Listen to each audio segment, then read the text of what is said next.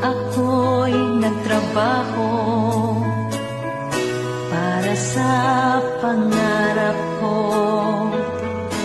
Sa darating na Pasko, mag-isa naman ako. Mahirap na kahapon, kailangang makaahon. Kahit wala ng ipon, pamilya'y wag lang magutom.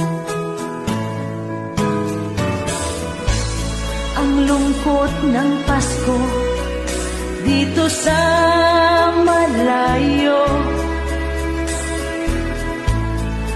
hawak kamay tayo, mga OA.